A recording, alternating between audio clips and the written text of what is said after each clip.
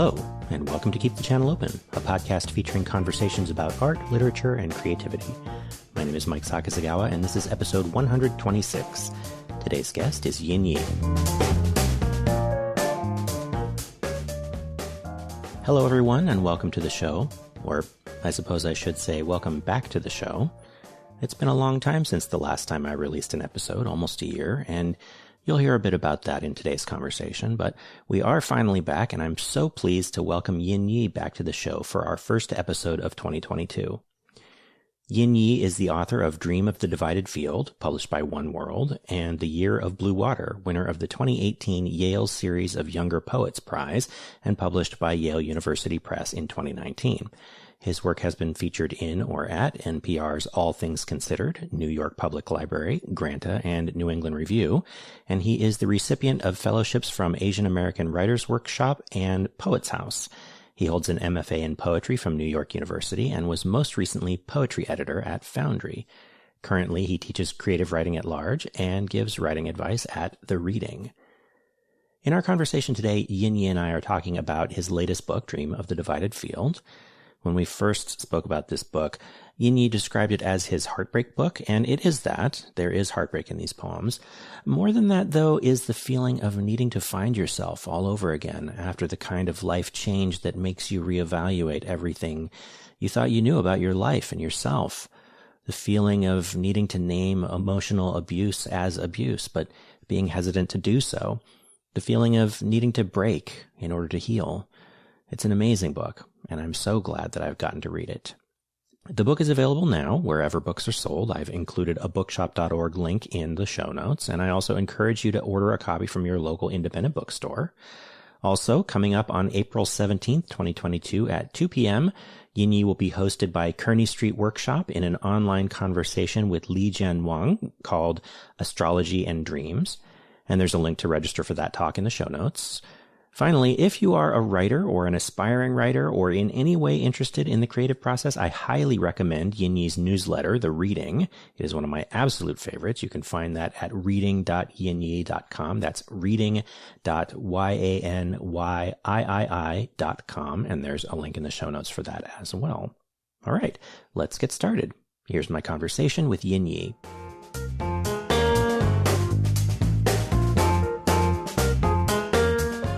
I just feel like every time I settle to be like, okay, now is the time I'm going to figure out my writing routine or the way that I'm going to do this writing thing, just feels like there's always something else that happens to disrupt it.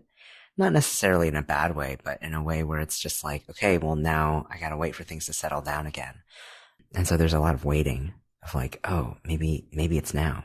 But I don't actually know, you know? Yeah, that's a thing that a lot of us are contending with, I think, right at the moment. Yeah. Or for the extended moment, perhaps. The extended moment. Yeah. The long now, as they say. Yeah. I wanted to say, before I say anything else, just that I really enjoyed the new book. I'm really glad that I had the opportunity to read it. I was wondering if we could start with a reading. Oh, yeah, sure. Oh man, what do I feel like reading today? You know, I feel like every day or every time I read this book, I'm like, there's always something new that I learn about it or I learn about myself at that time. Isn't that such an interesting thing about coming back to your own work? I mean, it's such a common experience of reading someone else's work, especially work that's, you know, multifaceted and layered, to be able to find new things in it. But doing that with your own work, I mean, I've had that experience a few times, not necessarily with my writing, but with my photography, certainly.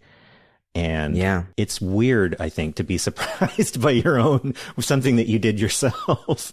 Yeah. What is it like as a photographer? You like look at a photo that you've done, and you're like, oh, I did that? Interesting. I mean, I think a lot of it too is just, you know, the photograph can reveal something about what you, the photographer, were doing and thinking and feeling in that moment that maybe you didn't realize at the time. And certainly that's always something that ends up inflecting how I want to use the images later, because usually I collect images over a long period of time.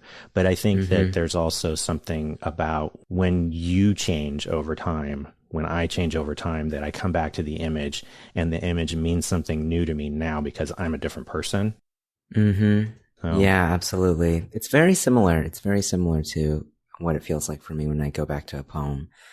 And I'm like, oh, I wrote that when I was a different person. And it is actually like reading the work of a stranger in a really good way, in a way where it's like, I don't know if I would be able to write that poem again. Not because I'm not a better writer in one way, but I'm just a different writer. I want something. I'm looking for something different now. Okay, I found it. Okay. I'm going to read a longer one. Okay. Okay. Deconstruction. If it was you I loved, then I merely imagined a dream with no borders. I imagined the blackbirds sleek and heavy in the rain. The train in the distance, orange and smoking, disguised the ricketing horizon. I imagined the day. I imagined the night, too. White ships passing for delivery trucks, breathing heavy in the peat. Of our stillness I imagined our dreaming, then waking in the middle of the night, you whispering your dream of a man laughing and men laughing on the sidewalk outside. When I touched your face, it was a shadow, for I even imagined the darkness we received at night, your nightly fear of disappearing, a shadow's fear of disappearing too, and I assured you we were not, for I imagined both, the fear and the disappearance. Warm light in the kitchen, not a coat hook, not shoes, not keys, not wanting to leave. And where you have gone, are there hours where I disappeared too? Yes, I imagined us laughing. I was not a man, but a blackbird cawing before departure, the train getting darker, an antic twilight going farther than the dark imagined sky, imagining heat, imagining ardor, imagining so much wanting to be moved by love. Thank you. Thanks for listening. You know, so not to make this about myself, but, you know, Isn't everything about ourselves? Well, yeah. I recently went through a pretty traumatic breakup. Mm-hmm. And, I actually would say I'm still in the process of going through it. It takes a long time. It can, yeah. Especially, you know, the longer the relationship is, the longer the half-life. Yeah. Yeah. So there was a lot about this book that really struck me as very, I don't necessarily want to say relevant or resonant, because even though those are probably accurate, they don't feel sufficient. But there's something in this poem, and I think that's running throughout the book, about imagining and about the ways that when one is in a relationship, especially a long relationship, one doesn't necessarily see one's partner as they are, but as we imagine them to be. And I think that that's something that's very true. And I wondered if we could talk about that a little bit. Yeah, I mean, you've definitely gotten to kind of the heart of what was going on for me when I was writing that poem, about thinking about what does it mean to really see someone, and how does that kind of imagining, or that fantasy, or that illusion, those other words kind of have connotations, which is why I was like imagining, but how does that actually influence the ways that you act, and what are you clinging on to within that fantasy too, that keeps you in the relationship far beyond when you probably should have continued being in it? That's kind of what I was thinking about. And there was an element in this poem too, when I was writing it, that I think I was contending a lot with the disappearance suddenly of a life, and how easy it was to just pretend that it hadn't happened. I think at the end of something, there's this shock that at least happened for me, where I just kind of kept going. I was like, all right, I feel terrible, but I'm just going to keep moving through whatever this is. And, you know, my life in many ways kept going. And even though I feel as though I had this really intense dream, really, of having spent all this time with this other person, and feeling as though it had all kind of dissipated and disappeared. Kind of makes, it's almost like it's a little crazy making, honestly, of like, what happened? What of it did actually exist? And how much of it was actually just in my head? Yeah. The title of this poem, Deconstruction, I don't know if this was intentional or not, but one of the things that it brings in mind to me is that that word is used a lot in sort of religious or ex-religious circles about people who are, especially people who are sort of leaving an evangelical tradition, where people are sort of questioning the things that they've been taught or told.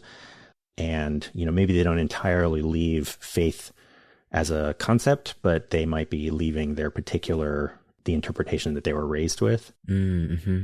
And I think that there is, I mean, I don't want to make light of it by making the comparison, but to me, especially because I'm not a religious person and never really have been, but I think that there is something similar about the process of going through a separation, a romantic separation, where it kind of, just as you were saying, makes you question sort of everything about yourself and about, you know, your perceptions, the world you lived in, what you believe, things like that.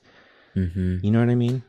Yeah, absolutely. I mean, I'm also not a religious person, and like, I mean, not religious in the sense that I didn't really grow up with religion in my life.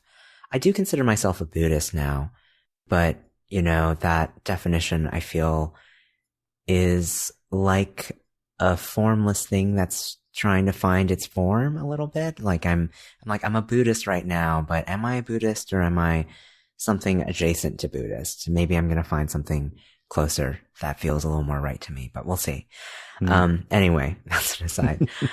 But I think it is really like a lot of this book is about that process of both deconstruction and reconstruction, both in that kind of, with that example that you just gave both of us, but also, it's a running theme in the book, definitely as well. And the thing that I thought about immediately was, the process of moving from one place to another, how you have to deconstruct the house that you once lived in order to live in another house or live in another place or go, or to be free, honestly, to not be so beset with possessions.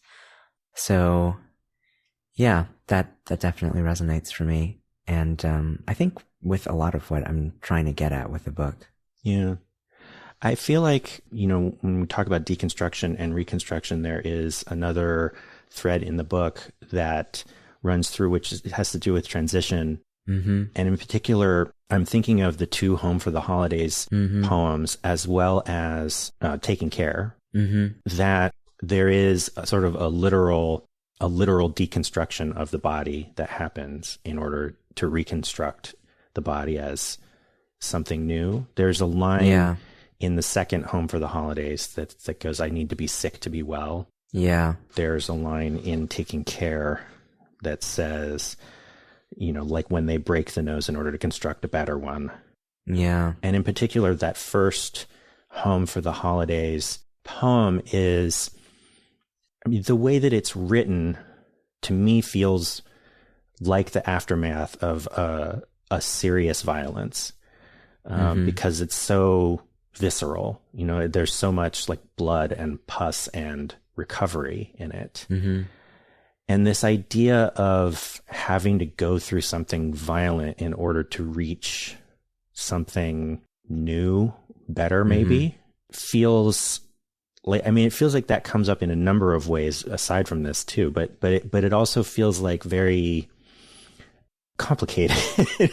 You know what I mean? Yeah, no. I mean, both of those poems are about me feeling complicated feelings about transitioning, and I feel like there's this like more mainstream, I guess, story about what it means to transition for a trans person that comes from the history of the medicalization of transition as well.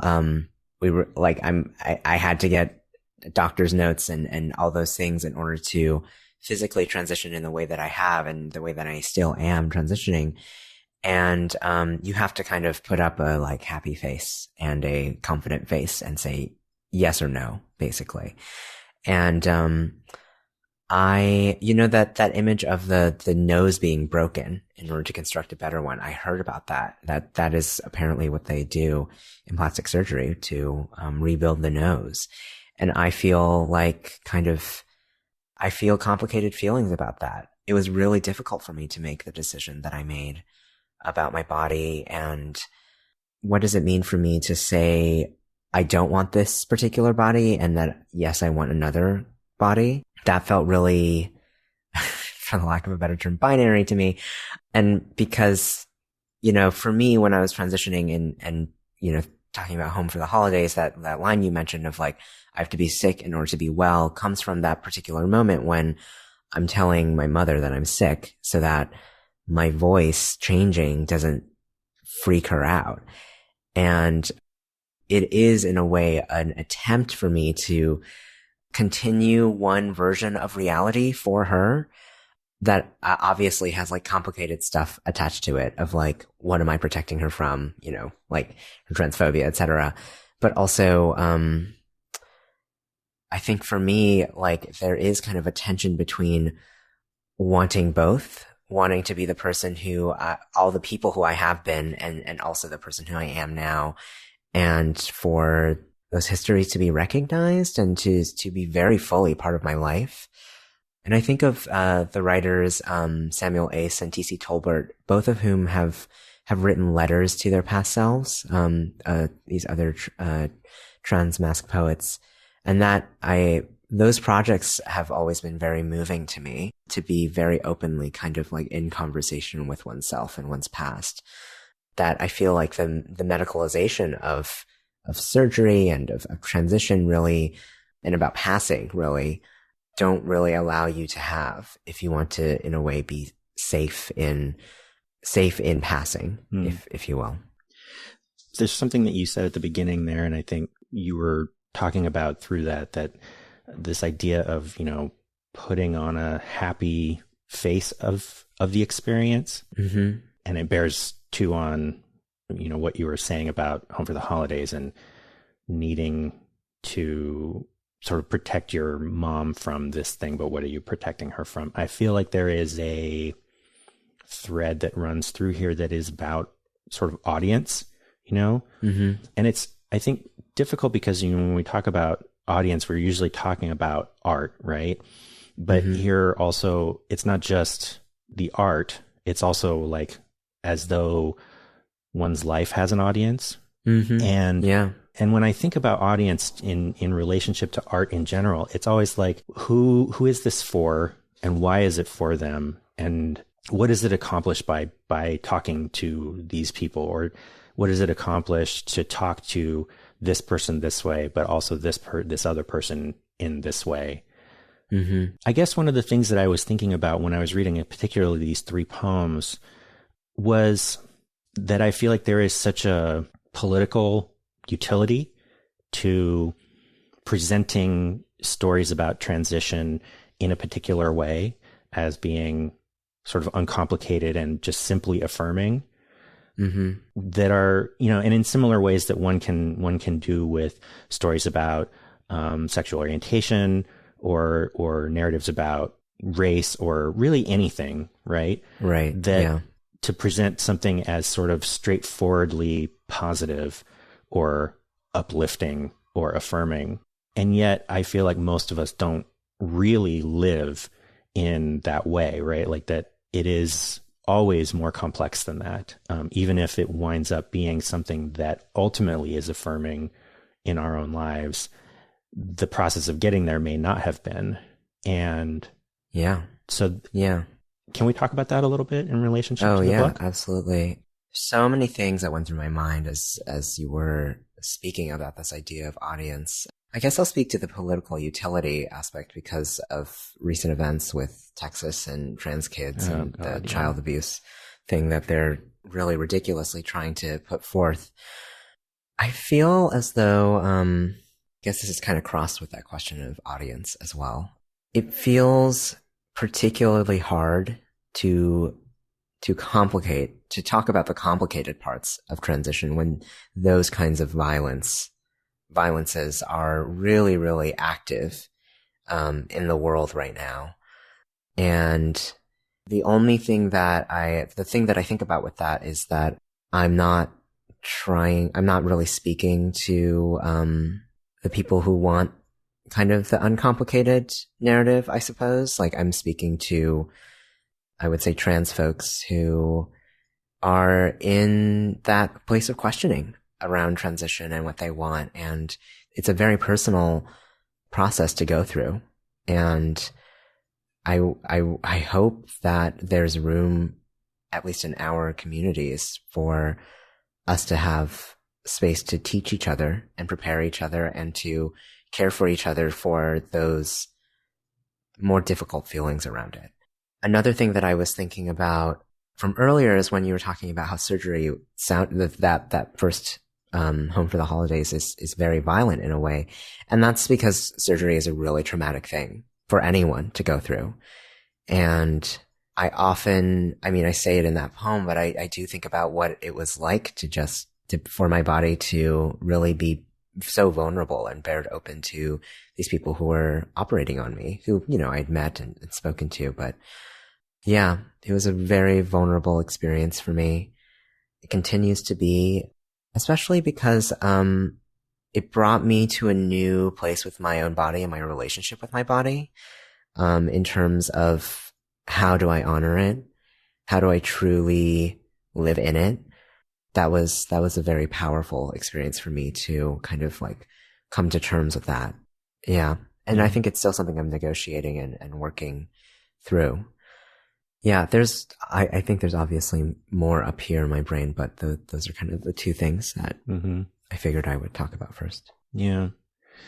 So there's a line in the poem, The Friend, in the sort of second section of that. Mm-hmm. So I'll just read this little section because it really stood out to me. And I feel like it's relevant to what we're talking about is, right. So with a handful of raspberries in my hand, a voice is asking me in my head why I don't include the bad things. I say it's because I don't want violence to be beautiful, that I am responsible to what I make beautiful. But does beauty have anything to do with violence and what's made of it? And I don't know what it is like for everyone, but certainly something that I have thought a lot about in my own creative practices has to do with like who's going to see this and what are they going to take away from it? What are my responsibilities for what this is going to do in the world? And especially when it comes to something like violence. And there are so many kinds of violence. And I mean, it's easy to talk about things like, I don't know, action movies or whatever. And, right. Why are we okay with, kids seeing, people being gunned down, but we're not okay with them seeing, sexuality or things like that. But I think that this touches a little bit on that whole, thing that, everybody was talking about a little while ago with the Pearl Sagal piece where she was talking about the trauma narrative and, what does that do? And I think, that's another way that we talk about violence so much.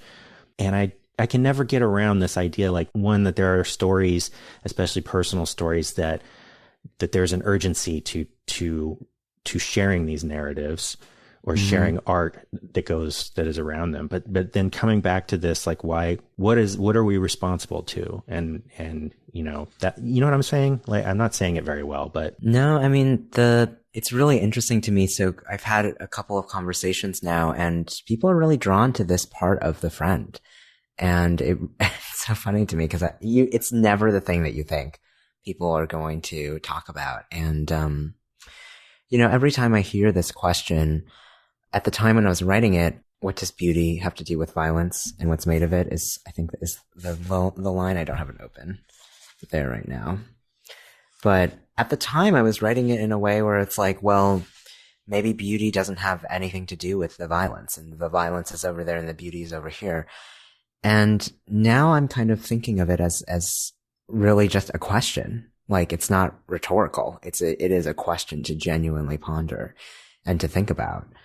I think it's an ongoing question for me. When I was writing this book, I really I think part of why I ended up writing this book, because again, one never knows what the next book is going to be, as I quickly found out. But I wanted to be allowed to grieve for this relationship, and to honor it, and to really affirm the love that I felt for this person, while also, I think, it's not like not painting myself as a victim, but I really struggled with how to talk about these other aspects of the relationship, how much to talk about it, and what were my motivations for doing so. And it was really only when, and this is an answer to so many things in my life, it was really only when it was clear that the book was not complete unless I talked about these aspects, that was when I was like, okay, I have to write about this. And that is how I ended up writing The Friend. Yeah, I don't know the answer to what is, I think I've thought about it, around like, how much do I talk about, like, how much of the violence of my life do I talk about? And I feel like that was something I was really contending with in my first book too, of like my childhood trauma and, you know, things with coming out that were really difficult for me. And, the thing that I've settled on has actually been, for those kinds of poems, for those particular poems, I want those poems to be useful to the people for who have had those similar experiences. Another book that I think about is Carmen Maria Machado's In the Dream House, which I read and was just so familiar to me. So familiar. Even though it was not the same person, not the same situation. But I think for me, I was really interested in capturing those particular emotional dynamics, and making them not only real to, for other people, but especially just real to myself. A good friend of mine and I had a conversation a few weeks ago, and we were both talking about kind of previous relationships, and we're both like, oh yeah, it took me a while to like get to the, like, this part of the relationship was not so good.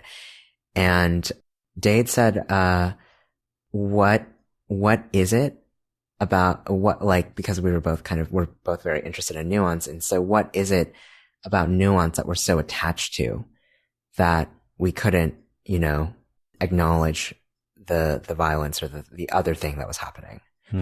So yeah, I think in the end, I'm still attached to nuance, but that was something that, that was something that I really had to think about. And it's still something I'm kind of working with right now, of like, what is the right balance, if there ever is one, between naming a thing and what it is and the kind of contingencies and the extra things. Because that attachment to nuance is what landed me in kind of these abusive dynamics. Because I was so like, well, it's because all these things. And, you know, I was so understanding, etc. And that just turned into me opening myself up to other things happening that were ultimately really detrimental for me and my life. Yeah. That thing about, you know, why do I want to put this in there, right? And not necessarily wanting to paint oneself as a victim, maybe even when one is talking to oneself. And there's parts in the book that are like, you know, like in the title poem, there's the line about, I worry that your dream was right, that I was the abuser, not you. How do I know? Mm-hmm. And then later, how do I know? I don't. Yeah. There's in affirmation, the line, what keeps me? Is it devotion or addiction? Is it the need for intimacy or the proof that I can survive some kind of violence? These are lines, and I think this really speaks to that sort of being attached to nuance that you were just talking about. Absolutely. Yeah. I mean, these are some of the things that stuck with me the most and really rang in my ears the most when I was reading this. And I think that it has to do with seeing aspects of my own failed relationship in this as well, of wanting to, of always, I mean, it's something that I say all the time to, you know, basically anybody that I legitimately think that one of the greatest sources of evil in the world isn't greed, but rather the inability to tolerate discomfort, and that if we want things to ever be able to get better, that we have to be willing to consider maybe I'm the bad guy, and maybe like what was my complicity in this situation? But the flip side of that, which I mean, I do think that that's really important, a really important question to ask and to be able to be honest with oneself about. Right. But I also think that for a person who's attached very strongly to nuance, it can also be a way of keeping yourself in a situation that isn't good for you. Yeah. You know? I mean, I agree with what you just said. I think that compulsion to what am I responsible for, what could I have done better, etc., is what helps me believe that I was not the abuser.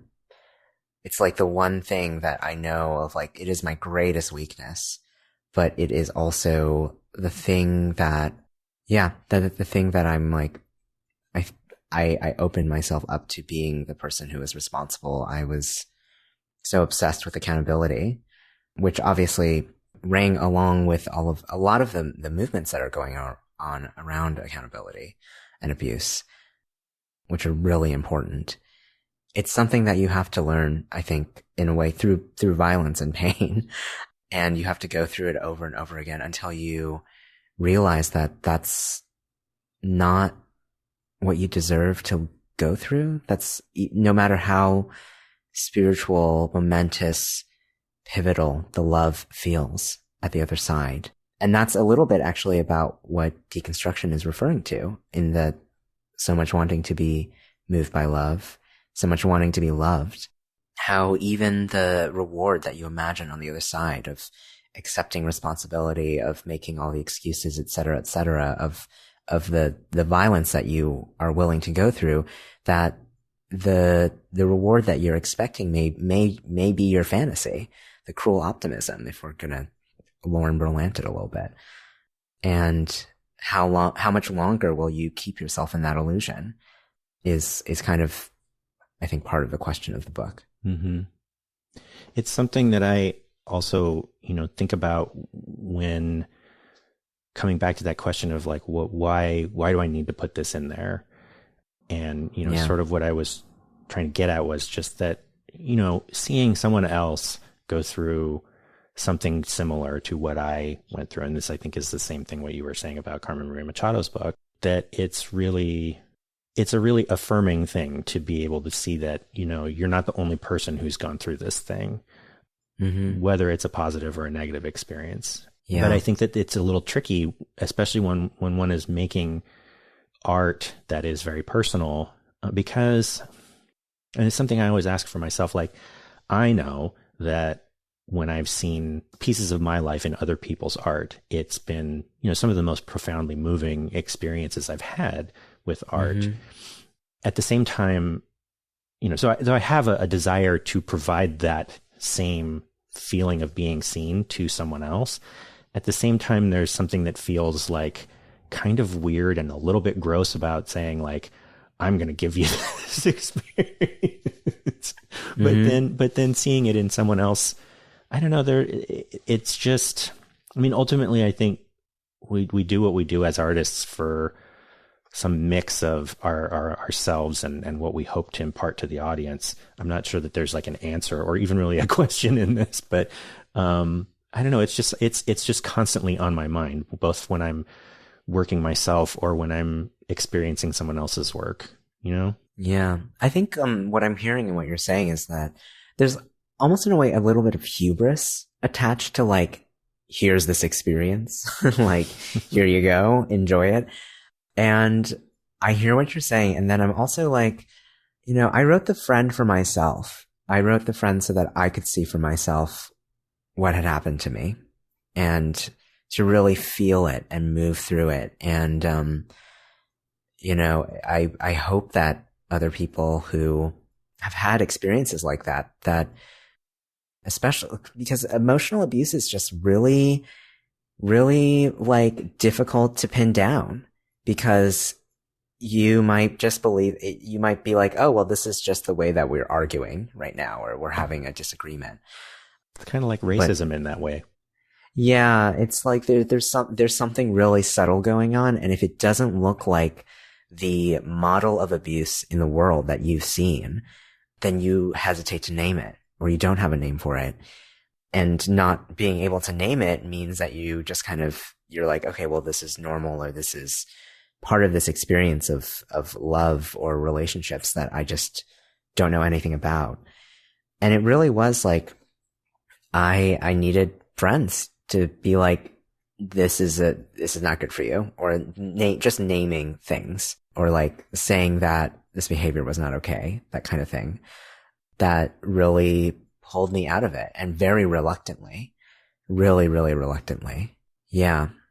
I don't know what I would, I feel like now I feel actually very empowered whenever I hear of someone else, a friend of mine, or someone who's looking for advice around this stuff.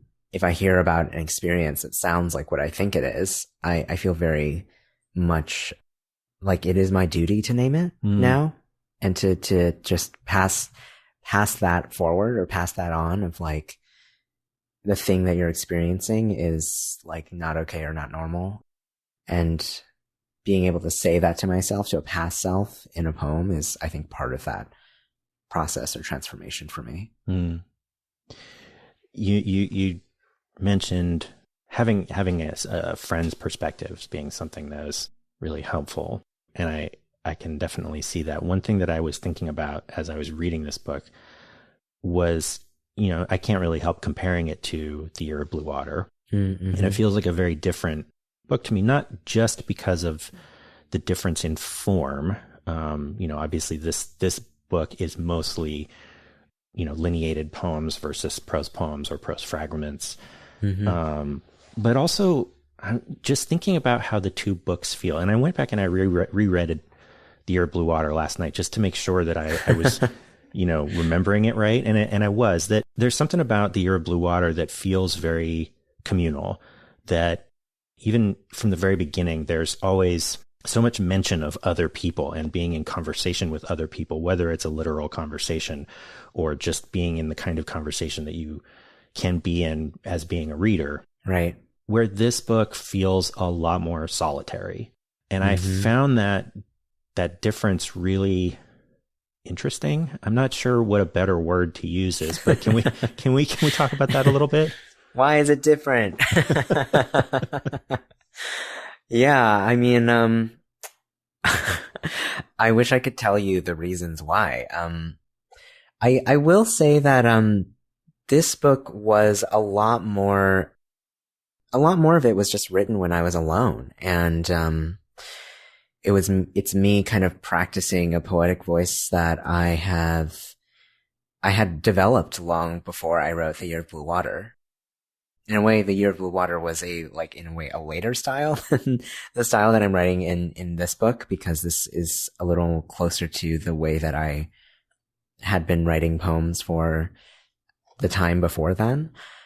But I think also part of it was that a lot of the transformations that I'm talking about in this book had to happen in a more solitary way for me.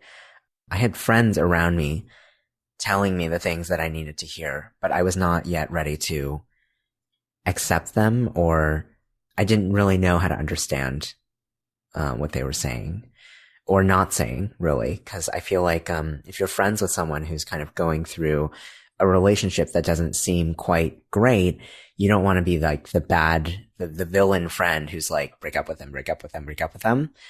Because the thing that people are told is like, if you are witnessing that and you're a friend, like, don't act in a way that would isolate you, that would have that friend isolate themselves from you, so that you can keep, tabs on them and stuff.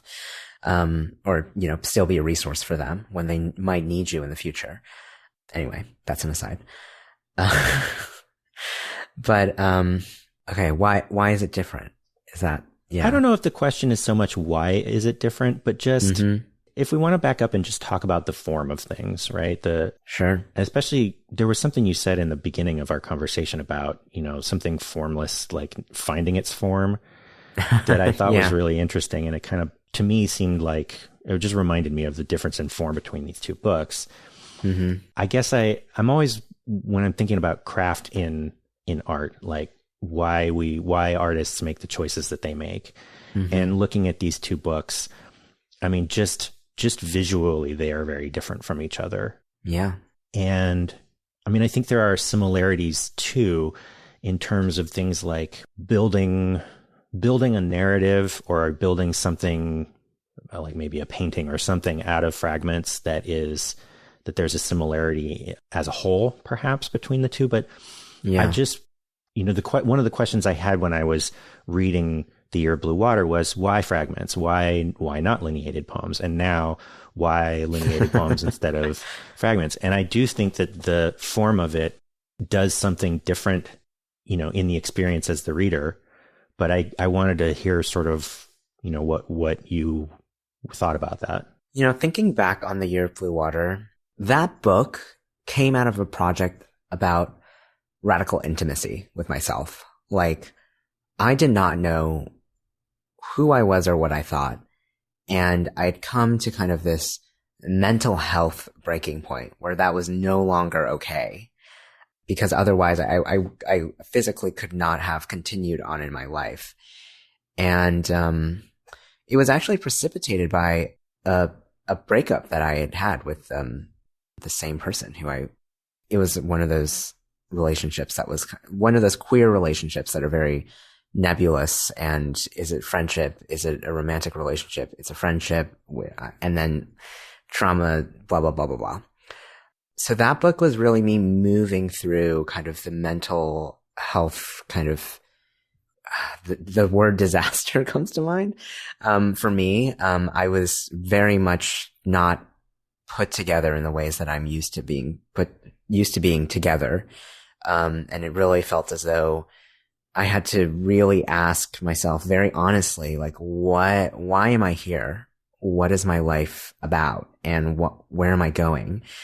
And in a way, it was a very communal experience because I couldn't spend that much time inside of myself. It was really painful to be alone and to be in my own thoughts and to be in my own body. So, I kind of wonder, this is really a hypothesis, if the fact of writing about and with others was a way for me to kind of cling on, to the life that I was beginning to build for myself. And then the other thing was just that the material reality of how I was writing was that I was like writing them whenever I had a chance, like on my commutes or whatever. And Dream of the Divided Field had a very different circumstance when I was putting it together. I wrote a lot of, like, many of the poems actually came from 2018, but I would say like a good chunk of them, like half the book, in 2019. And I left my tech job in May of 2019. So I had a lot more time to write and a lot more time to read and to think and to kind of craft these poems. So there was a difference just in terms of my material reality of like what was possible in terms of concentration of the pieces themselves. And I think also, as I was saying earlier, that I really needed to move through these particular things by myself. And because of the work that I had done for myself with my mental health and with, the life that I was building for myself in that particular moment, I was able to be with myself. So there are fewer people in these poems, because this was a much more solitary, I was much more able to be with myself, honestly. And the poems are a lot more condensed for that reason. I write in this very kind of like image based kind of like, there's a lot of like little things in the poems themselves that are all kind of intuited and stuff. But when I close read one of my own poems, I'm like, oh, this is like semi-iambic, or there's something going on here that's rhythmically kind of doing some kind of work that I've just osmosed from all of the reading that I've done in the past like 10 years. I think that, I guess, there's a lot more. I could keep talking about this book for a long time, but there's sort of one thing before we go to the break that I want to sort of touch on. In the poem Anti-Obad, there's reference to not having written for a long time. Oh, yeah. And I remember I was actually on the show like a long time ago. I was having a conversation with the poet Jose Olivares about writing about emotionally intense experiences. And he was talking about how for him, he needs space between the experience and the writing in order for it to come out as anything. And I was saying that for me, I often, if I don't write something quickly, that it just loses all its urgency. Yeah. But another thing that I was thinking about was, interestingly, what sprung to my mind the first, actually, when I was reading that poem, and that part of that poem was actually your newsletter. Because I feel like you've had a number of people write to you about not writing. Yeah. And your answers to them are always so compassionate. And no, but really. Oh, yeah. No, I'm smiling, but I'm also like, laughing and smiling, blah, blah, blah. I mean, for example, there's one that I pulled a quote out of that, you said, you want to write, but you don't know how. And that's because you're in the midst of starting over in the name of your true desires. You're not missing a pulse. You're recovering from a mistaken identity of the heart. Whenever I read your newsletter and, the very gentle ways that you answer these, big writing questions from your readers, I'm just always struck by how insightful they are, But I also know that, like, again, I don't want to like make this about me or toot my own horn or whatever, but like, there have been times when people have said that I said something insightful, right? But I never feel insightful. And I certainly have a lot more difficult a time applying that kind of insight to myself than I do to other people. Same. But, yeah. Can we talk about that a little bit? Yeah. I mean, in terms of like, just this, you write in this book about the experience of like not writing anything for weeks at a time. Yeah. And that is also something that you have counseled other people about. I know. Yeah. There's a couple different things that I can say about this. First, the most obvious thing is that it's so much easier to give other people advice than to take your own advice, right? And I feel like part of the process of my advice column of the reading is really helping another person just by sending in a letter, thinking through and writing out that their particular problem and their particular thing. And most of the time, by the time I get a letter, they've already told me what's going on for them and what they need just by the tone and, reading between the lines and reading the actual lines. And for me, when I haven't written for months, there's a part of me that like now that I'm older and I have more of a career, honestly, I feel like I'm not really like resting on my laurels or anything, but I do feel more permission to trust my writing to come back when it is able to. And also to imagine and to be able to imagine my life as much, much larger than the writing itself, because there's so much more than what's on the page. And my hope is that when I do write, that a little bit of that sensed existence can reach whoever, reads the poems that I write. It's not so, I think, nowadays, I mean, it's been really hard to write. We've been living through many emergencies, in the 2 years since we last spoke. I feel as though there's always, something terrible going on. And I feel like part of the ways that I write or the reasons why I write is when I'm fully relaxed and I'm able to really be in my body. And I just really haven't been able to do that in a really, really long time. And there's a lot of fear that like, oh, I'm never going to write like this again. But then also that, yes, I will never probably write like this again. I'm probably going to write in a very different way. In a way that I can't imagine or force myself to produce. Because I have written some things on commission in the past, and every time I do that, I always ask myself, why? Why did I say yes to this? Because unless I'm like actually talking to someone, unless it's something like the reading where I'm responding to someone, if I don't have anything to say, I don't say it. Like, I don't say it. And that's kind of what the poetry feels like, of like, I don't really have anything to say right now. And that's really okay. I think right now I'm just trying to get through the days and ask myself, like, in what way can I contribute to the larger world, but also in what ways can I stay the course of the life that I still want to have, even as all of these things are going on around me. Well, thank you. I think we need to head to the break now, but yeah, thanks. Sure. Okay. Thank you. I know we're like feeling our feelings.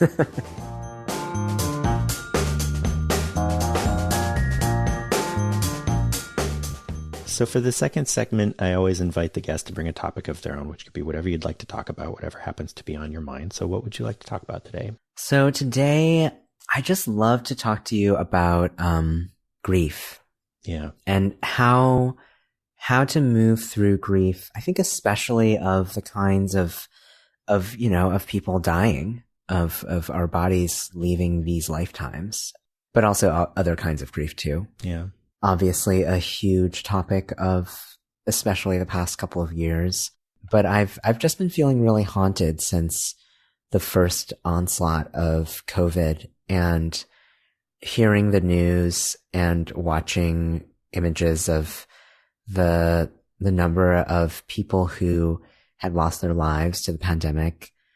I'm obviously thinking a lot about the anti-Asian American crimes that are happening all across the country, and have really escalated in the past 2 years.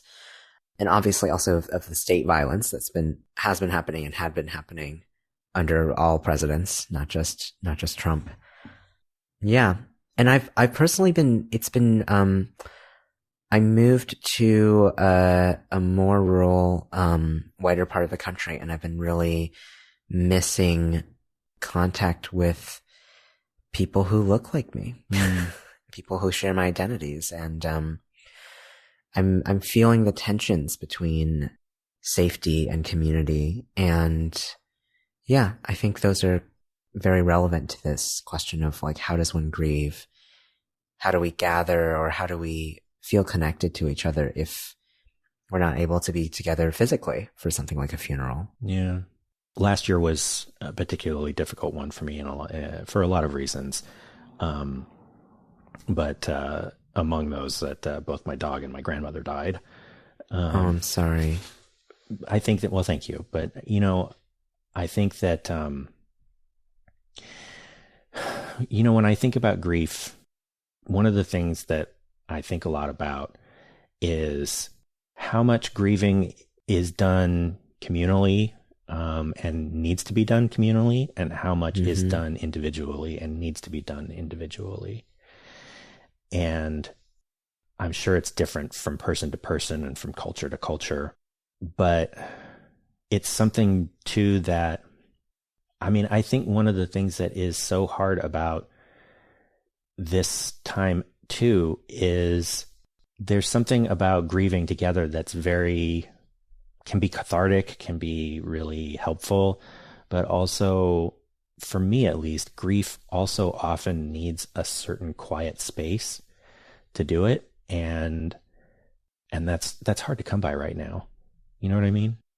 Yeah. When you say quiet space, you mean like mentally quiet space, yeah. Not just like, being alone. But you have to have the ability to attend to the experience of it and not have the whole rest of the world shouting at you the whole time. And right now, more and more, I hate the phrase now more than ever. I think we're all really tired of it, but it also just seems like the frequency with which awful things are happening, it just continues to accelerate, and it can be really hard to find a quiet moment to just sit with one's emotions and even know what they are. You know what I mean? I do. I think that, I've been doing a lot of spending time on social media, reading, like, just reading the news and stuff. And I feel like it's just kind of been nonstop like that for a while now. And I feel a sense of responsibility of being connected to the world in a way too, like on the one hand, I want to be alone with myself and in my body so that I can do this very important work that I need to do in order to grieve whatever it is that I need to grieve. But the thing about grief that I've been thinking about is how, when one person dies in your life, it's happening and then it's over. And it just feels as though the magnitude of the death around us and the magnitude of all of the things that we're reading about in the news or experiencing just feels like now more than ever. Like it just feels like all caps all the time. And I think for me, I've been finding it very difficult to be like, how much do I offer and how much do I keep for myself? And what is the ethical thing? What is the mark of privilege, and what is the mark of really doing the work? What you're saying just now feels very familiar to me, and I don't know if it's an Asian thing or like I was or like one had to take care of oneself a lot when one was young kind of thing, or I don't know, parentified child. I don't know. Or eldest son of immigrants syndrome. But I mean, feeling this sort of sense of responsibility to be able to take things in, like social media. I'm not the first person to say that it's like trying to drink from a fire hose. But yeah. I mean, it's not always the healthiest thing to be spending one's time on, but also feeling that sense of responsibility of like, well, somebody needs to be paying attention to stuff. Somebody we can't all be just like turning away, somebody has to do this. I don't know. There's something about that feels very, personal to me, but even, thinking about the grieving process and thinking about this sort of communal grieving process, like, when I think about my grandmother's funeral, one of the things that I had to do for that, I mean, I say had to, I had to, but I also got to deliver the eulogy.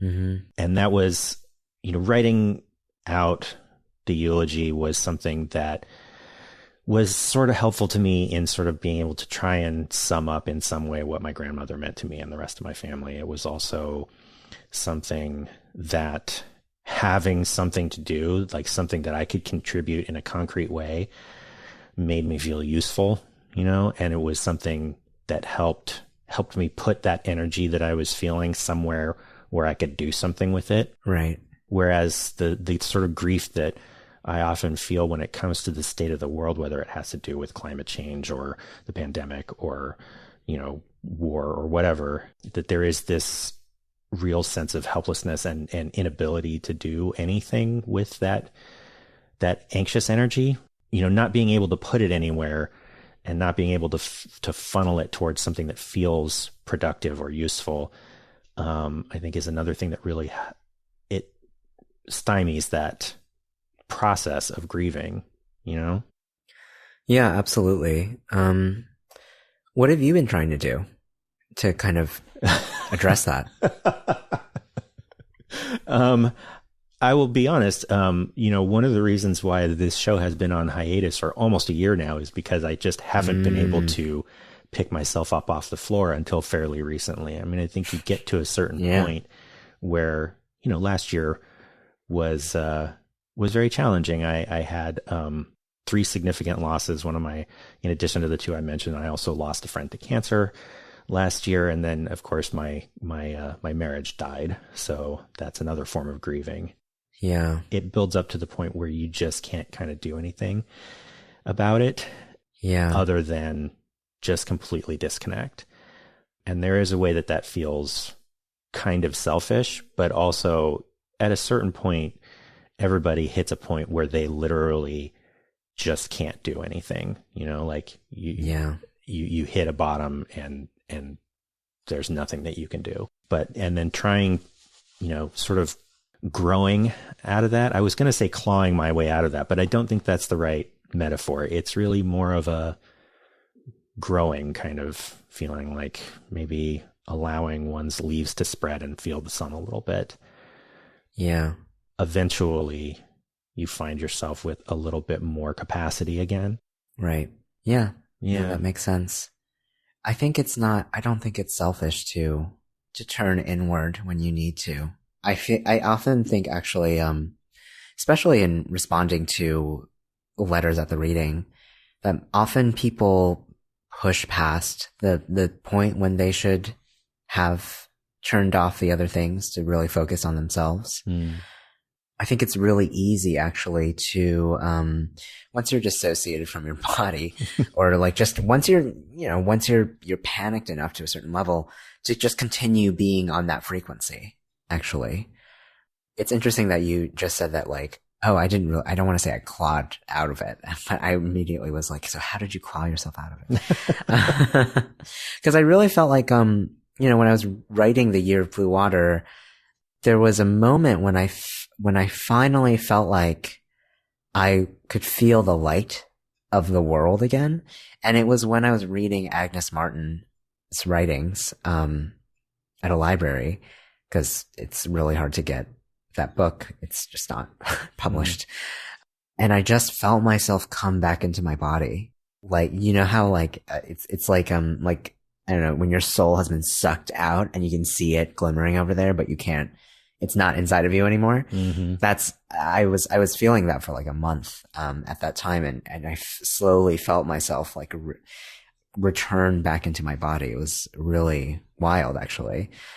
So I've actually been the panic that I've been feeling in the past 2 years, very unexpectedly moving. And I've also had, my grandmother also died actually this past year. And that was also a very complicated thing because my mother did not want my grandparents to see me, because of my transition. She was very afraid of that.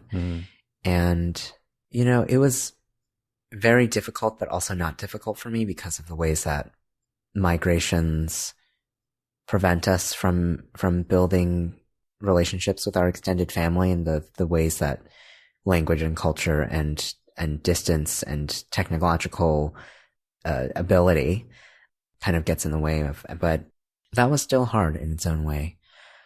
But I also understood that there was something that my mother couldn't face there, and that it really didn't have anything to do with me.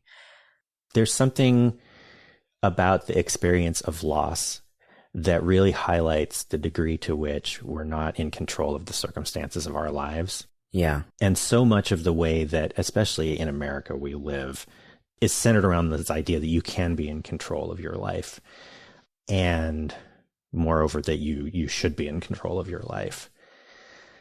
And loss has a way of really showing you how that's not true. And there is a certain, for me at least, way that surrendering to that truth can help me move through the moment of agony. Although, it can take a lot of time.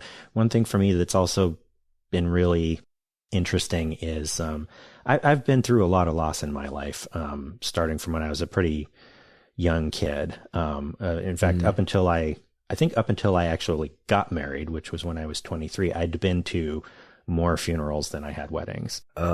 And it's just a weird situation, a circumstance of having older relatives and having, like, there were a lot of suicides in my area and in my my high school, especially the class right above mine. And the thing that teaches you when you've gone through grief many times, on the one hand, you do sort of come away with the knowledge that it gets easier after a while, and that you can make it through the experience. But it also really reminds you that each time there's going to be something unexpected and different.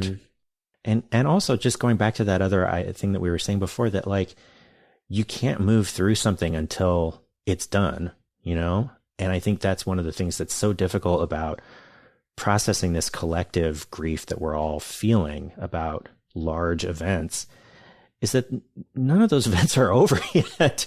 No. So we can't take the space and distance to understand that they're done, you know, and move past them. Yeah. I think you're right about that. I think that, they are all ongoing. And, the thing that's really occurring to me around, I think my question around gatherings earlier on, when we started talking about this, was that, the rituals that we have are really centered around gathering. But what are the rituals, the motions that we can hold on to when there's no other really sense of control over anything else? Mm.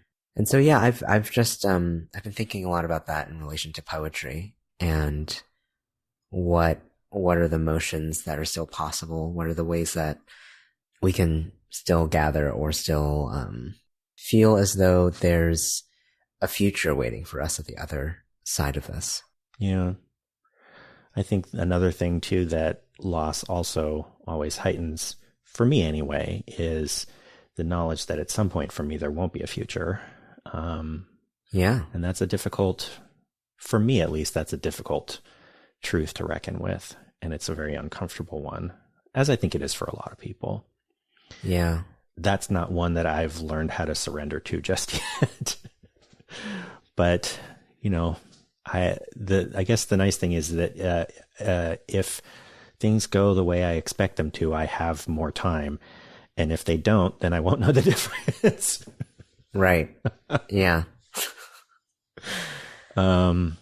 There's a lot more to say about all of this, but we are coming towards time. So the last question that I always ask everyone at the end of the show is if there's a piece of art or literature or creativity in some form that you've experienced recently that meant something to you.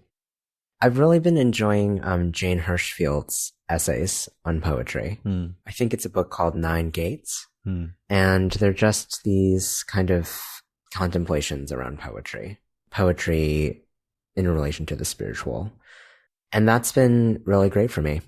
I've been thinking with her, with those essays, and yeah, I'm moving into a new place with my own writing, and I don't really know what it is, but I know that they're kind of going in whatever direction that Jane Hirschfield happened to be going when she was writing those essays. So, well, that sounds lovely.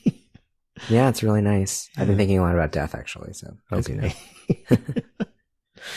Well, thank you so much for talking with me. I really enjoyed our conversation. Thanks for inviting me back, Mike. It was, as usual, a great thing to talk. All right. As I mentioned at the top of the show, there are links in the show notes you can use to purchase a copy of Dream of the Divided Field, where you can sign up for Yanyi's newsletter, and where you can register for his online conversation, Astrology and Dreams, with Li Jian Wang. Do check those out. And that is our show.